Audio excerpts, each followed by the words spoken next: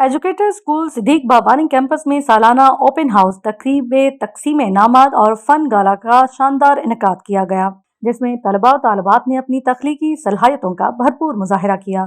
तकरीब में puppet show, Tableau, मिली नगमे, तकारीर, ड्रामा और दीगर रंगारंग प्रोग्राम पेश किए गए, जिन्हें हाजरीन ने खूब सराहा। तफसीलात के मुताबिक टंडवा आदम में एजुकेटर स्कूल सिद्दीक बाबानी कैंपस में सालाना ओपन हाउस के मौके पर तकरीब तकसीम इनामात और फन गाला निहायत शानदार अंदाज में मुनक्किद किया गया। उस मौके पर तलबा और तालिबात ने अपनी तख्लीकी सलाहियतों का भरपूर इजहार किया।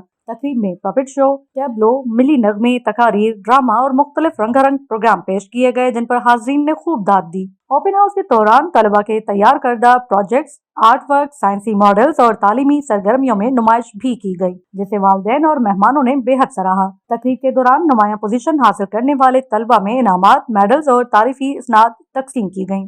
तकरीब में मेहमान खुसूसी chairman municipal committee Tando Adam चाचा Ghulam Murtaza Junejo, vice chairman Malik Zulfiqar, Malik Arif, doctor Ziauddin school के साबिक headmaster sir Iqbal, Shahabuddin, Irshad Ghauri, Tariq Ansari समेत दीगर मुअज़्ज़िज़ शख्सियात ने शिरकत की।